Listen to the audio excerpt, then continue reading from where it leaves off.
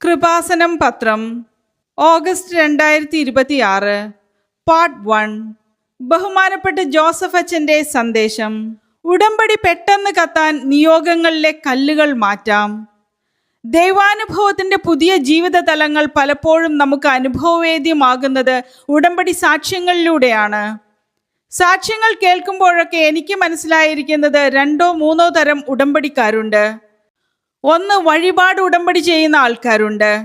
ആരെങ്കിലും ഇങ്ങനെ ഉടമ്പടിയുടെ അനുഭവങ്ങളെക്കുറിച്ച് പറയുമ്പോൾ അതിൻ്റെ പേരിൽ വന്ന് കുറച്ച് ക്ലാസ് എല്ലാം കേട്ട് പകുതി മനസ്സിലായി പകുതി മനസ്സിലായില്ല എങ്കിലും ഇവിടെ വന്നതല്ലേ എന്നൊക്കെ വിചാരിച്ച് ഉടമ്പടിയിലെ രാവിലത്തെ പ്രാർത്ഥനയും വൈകുന്നേരത്തെ പ്രാർത്ഥനയും എല്ലാം ചെയ്തു പോകുന്നു. വഴിപാട് ഉടമ്പടിക്കാർ എപ്പോഴായാലും ഉടമ്പടിക്ക് വലിയൊരു ബാധ്യതയാണ്. ഇനി നോർമലായിട്ട് ഉടമ്പടി ജീവിതം നയിക്കുന്നവരുണ്ട്. പക്ഷേ ഈ വലിയ സാക്ഷ്യങ്ങൾ പറയുന്ന ആൾക്കാരെ നമ്മൾ ശ്രദ്ധിക്കണം. ഈ സാക്ഷ്യങ്ങളിൽ ഉടമ്പടിയുടെ സ്ട്രക്ചറൽ കണ്ടന്റ് ഉണ്ടായിരിക്കും. സ്ട്രക്ചറൽ കണ്ടന്റ് എന്ന് പറഞ്ഞാൽ ഒന്ന്, നോട്ട് ബൈ മെറിറ്റിൽ ഇത് വർക്ക് ചെയ്യണം. അതായത് നമ്മുടെ കഴിവ് 0 ആയിരിക്കുകയും ദൈവം കൂടുതൽ ഇനിഷ്യേറ്റീവ് എടുത്ത് ഫുൾ ആൻഡ് ഫുള്ളായി ടേക്കൺ അപ്പ് ചെയ്ത് മുഴുവനായിട്ട് ഏറ്റെടുത്ത് ചെയ്യണം. ചുരുക്കി പറഞ്ഞാൽ ഒരു മരിയൻ എയർലിഫ്റ്റ്. ഉദാഹരണത്തിന് കഴിഞ്ഞ ദിവസങ്ങളിൽ ജോസഫ് ഗ്രിഗറി എന്ന സഹോദരൻ ഒരു സാക്ഷ്യം പറഞ്ഞു. കുടുംബസമേതം 4 കുഞ്ഞുങ്ങളും കൂടിയാണ് സാക്ഷ്യം പറഞ്ഞത്. ഒരു കുഞ്ഞിന് ഹൈപ്പർ ആക്ടിവിറ്റിയാണ്. അപ്പോൾ അവരുടെ ജീവിതത്തിൻ്റെ ഒരു ഭാരം നമുക്ക് മനസ്സിലാകും. നമുക്ക് എന്തെങ്കിലും ഒരു ഭാരം ഉണ്ടാകുന്നത് അഥവാ എക്സ്ട്രാ വെയിറ്റ് നമുക്ക് വരുന്നത് ഒരുപക്ഷെ ഉടമ്പടിക്ക് അത് ഗുണമാണ് ചെയ്യുന്നത്. ഇവരുടെ വിഷയം എന്ന് പറയുന്നത് ഈ കുഞ്ഞുങ്ങളുമായിട്ട് ഇവർ കാനഡയിൽ താമസിക്കുകയാണ്.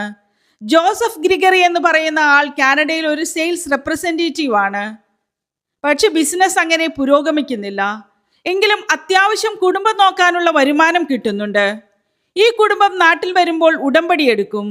ചില ആൾക്കാർ ഉടമ്പടി എടുക്കുമ്പോൾ ഉടമ്പടി അപ്പോൾ തന്നെ രജിസ്റ്റർ ആവും. ദൈവത്തിനറിയാം ഇവർ ഉടമ്പടിയിൽ വളരെ മുന്നോട്ട് പോകുമെന്ന്. അത് എല്ലാവരും ഒന്ന് ശ്രദ്ധിക്കുന്നത് നല്ലതായിരിക്കും. നിങ്ങൾ ഉടമ്പടിയിലേക്ക് വരുമ്പോൾ തന്നെ ദൈവത്തിനറിയാം ഇതൊന്നും നടക്കില്ല, പ്രീ ഹിസ്റ്ററി വളരെ മോശമാണ് എന്ന്. ജോസഫ് ഗ്രിഗറി ഉടമ്പടി എടുത്തു കഴിഞ്ഞപ്പോൾ ഭാര്യ കവിത കർത്താവിനോട്, കർത്താവെ, ഈ 4 കുഞ്ഞുങ്ങളെ വളർത്താൻ ഞങ്ങളുടെ 2 പേരുടെയും ജോലി പറ്റില്ല, കൂടുതൽ ചെലവ് വരികയാണ് എന്ന് പറയും. അന്ന് രാത്രി മാതാവ് കവിതയ്ക്ക് ഒരു സ്വപ്നം കാണിച്ചു കൊടുക്കും. ഉടമ്പടിയുടെ ഏറ്റവും വലിയൊരു സംഭവമാണ് ഈ സ്വപ്നം എന്ന് പറയുന്നത്. കനേഡിയൻ ബ്രിക്സിൽ പണി ചെയ്തിട്ടുള്ള വലിയ ഒരു നിർമ്മിതി. അപ്പോൾ നീ ഇവിടേക്ക് ആപ്ലിക്കേഷൻ കൊടുക്കാൻ പറയും. നടക്കാൻ പോകുന്ന കാര്യങ്ങളെക്കുറിച്ച് കോൺക്രീറ്റ് ആയിട്ടുള്ള പിക്ചർ കാണിക്കും. ഇതാണ് ഞാൻ നിനക്ക് വേണ്ടി കരുതി വെച്ചിരിക്കുന്ന സ്ഥലമെന്ന് പറയും. നീ ഓൺലൈനിൽ ഇവർക്ക് ആപ്ലിക്കേഷൻ കൊടുക്കാൻ പറയും. അപ്പോൾ കവിത രാവിലെ എഴുന്നേറ്റ് ആപ്ലിക്കേഷൻ കൊടുക്കും. പെട്ടെന്ന് ഓൺലൈൻ ഇൻ്റർവ്യൂ നടന്ന് നിയമനം കിട്ടും. ജോലിക്ക് ജോയിൻ ചെയ്യാൻ ചെന്നപ്പോഴാണ് മാതാവ് സ്വപ്നത്തിൽ കാണിച്ച അതേ ബിൽഡിംഗ് കവിത കാണുന്നത്. പരിശുദ്ധ അമ്മ ഒരു കാര്യത്തിൽ ഇടപെട്ട് കഴിഞ്ഞാൽ പിന്നെ എല്ലാം ദൈവ നിയന്ത്രണത്തിലാകും. ഉടമ്പടി എന്തിനാണെന്ന് ചോദിച്ചു കഴിഞ്ഞാൽ നിങ്ങൾ ഉടനെ ജപ്തി നടപടി മാറാനാണെന്ന് പറയരുത്. ഉടമ്പടിയിലെ മറ്റു ഭൗതിക വിഷയങ്ങൾ നടക്കാനാണെന്നും പറയരുത്. ഉടമ്പടി എന്തിനാണെന്ന് ചോദിച്ചു കഴിഞ്ഞാൽ അതിന് ഒറ്റ ഉത്തരമേ ഉള്ളൂ, ഫോർ ഇൻറ്റിമസി വിത്ത് ഗോഡ്. ദൈവവുമായിട്ട് ആഴമായ ആത്മബന്ധത്തിന്. നിങ്ങളും ദൈവവും തമ്മിൽ ഒരു ആത്മബന്ധത്തിലായാൽ നമ്മുടെ വിഷയമെല്ലാം പ്രശ്നമേ അല്ലാതെ വരും. കാര്യം എന്താണ്? നിന്റെ നിയോഗങ്ങളൊക്കെ ദൈവത്തിൻ്റെ വിഷയമായി മാറും. ഇപ്പോഴെന്താ പ്രശ്നമെന്ന് ചോദിച്ചാൽ നിങ്ങൾ ഉടമ്പടി ചെയ്ത പല വിഷയങ്ങളും ഇപ്പോഴും നിങ്ങളുടെ പ്രശ്നങ്ങളാണ്. ഉടമ്പടി എടുത്തിട്ട് ഒരു 2 മാസം കഴിഞ്ഞിട്ടും പല ഉടമ്പടി വിഷയങ്ങളും നമ്മുടെ വിഷയങ്ങളാണ്. അതൊന്നും ദൈവത്തിൻ്റെ വിഷയങ്ങളല്ലാതെ ഇരിക്കുകയാണ്. ഇപ്പോഴും ദൈവം അത് ഏറ്റെടുത്തിട്ടില്ല. ദൈവത്തിൻ്റെ വിഷയങ്ങളല്ല. അത് നിങ്ങളൊന്ന് ധ്യാനിക്കുന്നത് നല്ലതാണ്. എൻ്റെ വിഷയം എൻ്റേതായിട്ട് തന്നെ ഇരിക്കുകയാണോ? ദൈവം അത് ഏറ്റെടുത്തോ? പല വിഷയങ്ങളും ദൈവം ഏറ്റെടുത്തിട്ടില്ല. പണ്ട് ഞാൻ ഗോതമ്പ് മില്ലിൽ പൊടിപ്പിക്കാൻ പോകുമ്പോൾ മില്ലുകാരൻ സഞ്ചിയിൽ കൈയിട്ട് നോക്കും. ഗോതമ്പിൻ്റെ കൂടെ കല്ലും കട്ടയും ഉണ്ടോ എന്നാണ് മില്ലുകാരൻ നോക്കുന്നത്. ഇതിനകത്ത് കല്ലും കട്ടയും വല്ലതുമൊക്കെ ഉണ്ടെങ്കിൽ അത് പൊടിയുടെ അകത്ത് അലിഞ്ഞു ചേരുക തന്നെയല്ല, എഞ്ചിൻ അത് കേടാണ്. മറ്റ് ഗോതമ്പുകൾ കഷ്ണം തിരിഞ്ഞേ വരികയുള്ളൂ. അപ്പോൾ അങ്ങനെ പല പ്രശ്നങ്ങളുണ്ട്. ഇതുപോലെ ഉടമ്പടിയിൽ നമ്മൾ നിയോഗം വയ്ക്കുമ്പോഴും കല്ലും കട്ടയും എല്ലാം നോക്കണം അതിനകത്ത്. ഉടമ്പടിയിൽ നിങ്ങൾ നിയോഗങ്ങൾ വെക്കുമ്പോൾ തന്നെ വെച്ചില്ലെങ്കിൽ കുഴപ്പമില്ല, പക്ഷേ കല്ലും കട്ടയും വെച്ച് കഴിഞ്ഞാൽ ഇത് കുഴപ്പങ്ങൾ ഉണ്ടാക്കും. പുതുക്കാൻ വരുന്ന ആൾക്കാർ നേരത്തെ കല്ലും കട്ടയും ഉണ്ടെങ്കിൽ അറിയാതെ വെച്ചു പോയിട്ടുണ്ടെങ്കിൽ തിരിയണം. ഉടമ്പടിയിൽ നിയോഗം വയ്ക്കുമ്പോൾ നിങ്ങൾക്ക് സഹോദര സ്നേഹം ഉണ്ടായിരിക്കണം. ഉദാഹരണത്തിന് നിങ്ങളുടെ അനിയന്റെ ഭാര്യ ഉടമ്പടി എടുക്കാൻ വന്നു എന്നിരിക്കട്ടെ. ചേട്ടനും ഭാര്യയും മക്കളില്ലാതെ നിൽക്കുകയാണ്. ഉടമ്പടിയിൽ നിങ്ങളുടെ ചേട്ടനും ഭാര്യയും മാറി താമസിക്കാൻ നിയോഗം വെച്ചു എന്നിരിക്കട്ടെ. എന്നാൽ മാത്രമേ നിങ്ങൾക്ക് സമാധാനത്തോടെ ജീവിക്കാൻ പറ്റുകയുള്ളൂ. ന്യായക്കേടൊന്നുമില്ല അതിനകത്ത്. പക്ഷെ അതിനകത്തൊരു കല്ലുണ്ട്. എന്താണ് കല്ല്? നിങ്ങൾ അങ്ങനെയല്ല എഴുതേണ്ടിയിരുന്നത്. ചേട്ടനും ഭാര്യയ്ക്കും മക്കളെ കൊടുക്കാനല്ലേ എഴുതേണ്ടത്. അതിനകത്തൊരു സഹോദര സ്നേഹത്തിന്റെ എന്തോ ഒരു കുറവുണ്ട്. ചേട്ടനും ഭാര്യയും മാറി താമസിക്കാനാണ് നിങ്ങൾ എഴുതിയിരിക്കുന്നത്. അത് റിജക്റ്റ് ആവും. റിജക്റ്റ് ആവാൻ സാധ്യതയുണ്ട്. ഇത് ആരുടെ അടുത്താണ് കൊടുക്കുന്നത്? ദൈവത്തിന്റെ അടുത്താണ് കൊടുക്കുന്നത്. ദൈവത്തെക്കുറിച്ചൊരു ബോധമുണ്ടാകണം. അപ്പോൾ തന്നെ നിന്റെ മനസ്സ് സ്കാൻ ചെയ്യുമ്പോൾ മനസ്സിലാകും, ചേട്ടനും ഭാര്യയ്ക്കും അവർക്ക് മക്കൾ ഉണ്ടാകാൻ നീ ആഗ്രഹിക്കുന്നില്ല. കുടുംബത്തിന്റെ അവകാശം കുറച്ചവർ കൊണ്ടുപോകും. പക്ഷേ അവർ നിനക്ക് ബുദ്ധിമുട്ടുണ്ടാക്കുന്നത് കാരണം മാറി താമസിക്കാൻ വേണ്ടി എഴുതിയിട്ടുമുണ്ട്. ഈ സാധനം കല്ലാണ്. ഇത് പൊടിയില്ല. ഈ കല്ല് കിടക്കുന്നത് കാരണം, നിന്റെ ദുഷ്ടബുദ്ധി അതിനകത്ത് കിടക്കുന്ന കാരണം സഹോദര സ്നേഹമില്ല. ദൈവസ്നേഹമില്ലാത്തത് മൂലം മറ്റു പല നിയോഗങ്ങളെയും ഇത് ബാധിക്കും. അതാണ് വിഷയം. ഇങ്ങനെ ദുഷ്ടബുദ്ധിയുള്ള ഒരാളുമായിട്ട് ഉടമ്പടി ചെയ്യാൻ ദൈവം തയ്യാറല്ലാത്തത് കാരണം, ഈ ഒറ്റ ദുഷ്ടബുദ്ധി കാരണം 6ഉം ക്യാൻസലാകും. നിങ്ങൾ ഉടമ്പടി പുതുക്കാനുള്ളവർ ചാടിക്കയറി പുതുക്കുന്നതിന് മുൻപ് പഴയ കല്ലുകൾ തിരിഞ്ഞു മാറ്റുന്നത് നല്ലതായിരിക്കും. ഉടമ്പടിയിൽ നിയോഗങ്ങൾ എഴുതുമ്പോൾ സ്കാൻ ചെയ്ത് കഴിഞ്ഞാൽ ആ 6ലും ദൈവത്തിനായിരിക്കണം പ്രാധാന്യം, നിങ്ങൾക്കല്ല. ദൈവത്തിന് പ്രാധാന്യം വെച്ചാണ് നിങ്ങൾ ഉടമ്പടി സെറ്റ് ചെയ്യുന്നതെന്നുണ്ടെങ്കിൽ ഉടമ്പടി പെട്ടെന്ന് കത്തും. ഒരു ഹോളി പേഴ്സണുമായിട്ട് ഉടമ്പടി ചെയ്തെന്ന് ദൈവം ഉടനെ പറയും. നിങ്ങളുടെ 6 നിയോഗങ്ങളിലും ദൈവത്തിനാണ് മേൽക്കൈ. ഇത് വളരെ സിമ്പിളാണ്.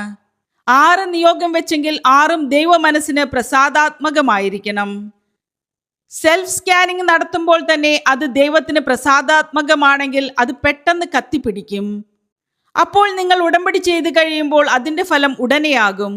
ഒരു അവിശുദ്ധമായ വ്യക്തിക്ക് ദൈവവുമായിട്ട് ഉടമ്പടി ചെയ്യാൻ പാടായിരിക്കും. നിങ്ങളുടെ മറ്റ് പാപാവസ്ഥകളല്ല ഇവിടെ ഉദ്ദേശിക്കുന്നത്. അത് നിങ്ങൾ കത്തോലിക്കറാണെങ്കിൽ അനുതാപത്തിൽ കുമ്പസാരിച്ച് പ്രാശ്ചിത്തം മേടിച്ചിട്ട് വിശുദ്ധീകരിക്കാം. മറ്റുള്ളവരാണെങ്കിൽ അവർക്ക് പറ്റുന്ന പ്രാശ്ചിത്തങ്ങൾ ചെയ്തുകൊണ്ട് അനുതാപത്തിലൂടെ യേശുക്രിസ്തുവിനെ മുൻനിർത്തിക്കൊണ്ട് പാപക്ഷമയ്ക്ക് വേണ്ടി പ്രാർത്ഥിക്കാം.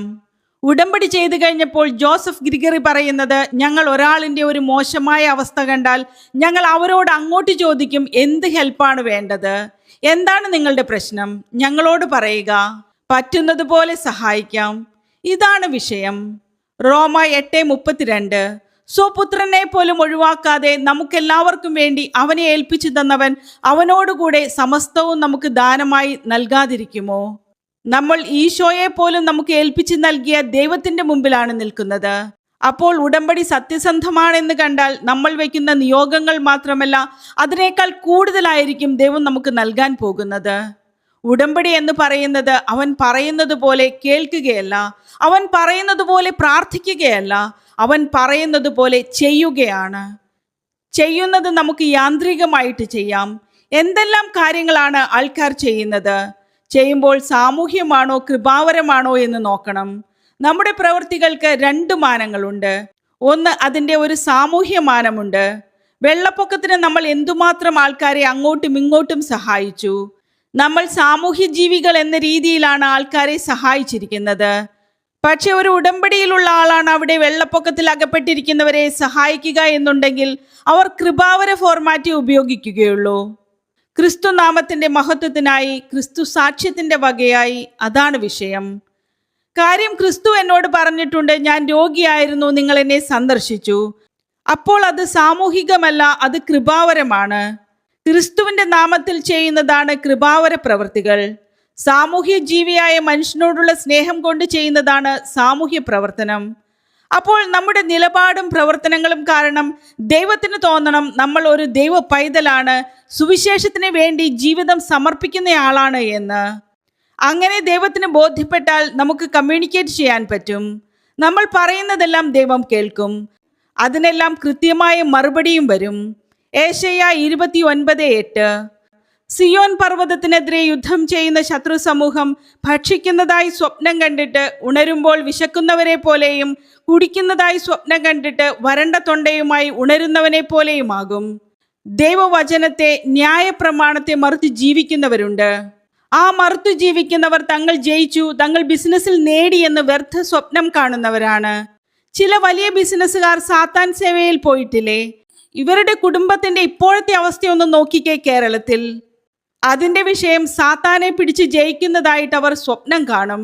ഭക്ഷിക്കുന്നത് പോലെ സ്വപ്നം കാണുന്നു, എന്തോ അഭിവൃദ്ധി ഉണ്ടാക്കിയതുപോലെ സ്വപ്നം കാണുന്നു, എന്തോ കുടിക്കുന്നത് പോലെ സ്വപ്നം കാണുന്നു. പക്ഷെ എഴുന്നേറ്റ് വരുമ്പോൾ വരണ്ട തൊണ്ടയുമായി എഴുന്നേൽക്കുന്നു. അതൊക്കെ സ്വപ്നങ്ങളാണ് ശരിക്കും. ദൈവത്തെ മാറ്റി നിർത്തിക്കൊണ്ടൊരു ജീവിതം കരുപ്പിടിപ്പിക്കാൻ വേണ്ടി അത് വിജയകരമാണെന്ന് ആർക്കെങ്കിലും തോന്നിയാൽ യു ആർ ഇൻ ഡ്രീം. നിങ്ങളത് സ്വപ്നം കാണുന്നവരാണ്. മറിച്ച് ജീവിതത്തിൽ ഒരു പ്രശ്നമുണ്ടാകുമ്പോൾ തന്നെ നമ്മൾ നേരിട്ട് അങ്ങോട്ട് ഉടമ്പടിയിലേക്ക് മാറണം. ദൈവവുമായി ആത്മബന്ധത്തിൽ വളരണം. ഈ ജോസഫ് ഗ്രിഗറിയുടെ പ്രശ്നം എന്താണ്? അയാളുടെ മകൻ ഹൈപ്പർ ആക്റ്റീവാണ്. അവൻ ക്ലാസ്സിൽ പോകും. 1 മണിക്കൂറിൽ അവൻ ക്ലാസ് അടിച്ചു തകർക്കും. അപ്പോൾ തന്നെ സ്പെഷ്യൽ വണ്ടി പിടിച്ച് അവനെ സ്കൂളുകാർ വീട്ടിലോട്ട് അയക്കും. എന്തൊരു ഭാരമാണ്. ഉടമ്പടിയിലായി കഴിഞ്ഞപ്പോൾ ജോസഫ് ഗ്രിഗറി അമ്മേ, ഇവന്റെ കാര്യത്തിൽ ഒരു തീരുമാനമുണ്ടോ എന്ന് ചോദിച്ചു. അതൊരു കമ്മ്യൂണിക്കേഷനാണ്. ഉടമ്പടി എടുത്ത് നേർച്ച വസ്തുക്കൾ ഉപയോഗിച്ചപ്പോൾ സ്കൂളുകാർ ചോദിക്കുകയാണ്, നിങ്ങൾ ഈ മകന് വേണ്ടി എന്ത് മറിമായമാണ് വീട്ടിൽ കാണിച്ചത്? അവൻ മിടുക്കനായിട്ടിരിക്കുന്നല്ലോ ക്ലാസ്സിലെന്ന്. അതാണ് സംഭവം. നമ്മൾ ഉടമ്പടിയിൽ സത്യസന്ധമാണെന്ന് ദൈവത്തിന് തോന്നിയാൽ പിന്നെ ഒന്നുമില്ല. ഒരു തൈറോയിഡുമില്ല, ഒരു ക്യാൻസറുമില്ല, ഒരു എപ്പിലെപ്സിയുമില്ല, ഒരു ഹൈപ്പർ ആക്ടിവിറ്റിയുമില്ല. പെർഫെക്റ്റ് ആയിട്ട് ഉടമ്പടിയിലുള്ള ആൾക്കാർ ജോസഫ് ഗ്രിഗറിയെ പോലെയാണ്. അവിടെ പതർച്ചയൊന്നുമില്ല, നേരെ പോവുകയാണ്. സാക്ഷ്യം ഇവിടം കൊണ്ടൊന്നും തീരുന്നില്ല. ജോസഫ് ഗ്രിഗറിക്കും ഉന്നത ശമ്പളത്തോടു കൂടി ഒരു ജോലി അങ്ങോട്ട് ചോദിക്കാതെ ലഭിക്കും. കൂടാതെ കാനഡയിലെ ഏറ്റവും നല്ല എംപ്ലോയിക്കുള്ള അവാർഡും. നിങ്ങൾ ഇനി ഉടമ്പടിയുടെ താഴ്വാരങ്ങളിൽ തന്നെ ജീവിച്ചിട്ട് കാര്യമില്ല. മക്കൾ ഈ ഉടമ്പടി മല കയറണം, സത്യസന്ധതയോടെ കയറണം. നിങ്ങളുടെ ജപ്തി നടപടി, പറമ്പ് വിൽക്കൽ ഇങ്ങനെയുള്ള കാര്യത്തിൽ കടിച്ചു തൂങ്ങി കിടക്കാതെ ഉടമ്പടി എടുത്ത് ദൈവവുമായി ആത്മബന്ധത്തിലാകണം. ബാക്കിയുള്ള കാര്യങ്ങൾ ദൈവം ചെയ്യും. ഇത് ഇങ്ങനെ സംഭവിക്കും. ഞാൻ പുരുഷനെ അറിയുന്നില്ലല്ലോ എന്ന് പരിശുദ്ധ അമ്മ പറയുമ്പോൾ മാലാഖ പറയുന്നത് പരിശുദ്ധാത്മാവ് നിന്റെ മേൽ വരും. ദൈവത്തിനൊന്നും അസാധ്യമല്ല എന്നാണ്. ഉടമ്പടിയിലാണ് ദൈവത്തിനൊന്നും അസാധ്യമല്ല എന്നൊരു വ്യക്തി മനസ്സിലാക്കുന്നത്. അപ്പോൾ ഒന്നും അസാധ്യമല്ലാത്ത ദൈവവുമായിട്ടാണ് നിങ്ങൾ ഉടമ്പടി ചെയ്തിരിക്കുന്നത്. അതുകൊണ്ട് തന്നെ ഉടമ്പടി കറക്റ്റാണോ, ഉടമ്പടി സത്യമാണോ, ഉടമ്പടി ദൈവവുമായിട്ടുള്ള ആത്മബന്ധത്തിന് വേണ്ടിയാണോ എന്ന് ഇതുവരെ ചിന്തിച്ചിട്ടില്ലെങ്കിൽ ദൈവവുമായിട്ട് ആത്മബന്ധത്തിന് പ്രാധാന്യം കൊടുത്തുകൊണ്ട് ഉടമ്പടിയിൽ പുരോഗമിക്കുക. ദൈവം നിങ്ങളെ അനുഗ്രഹിക്കട്ടെ.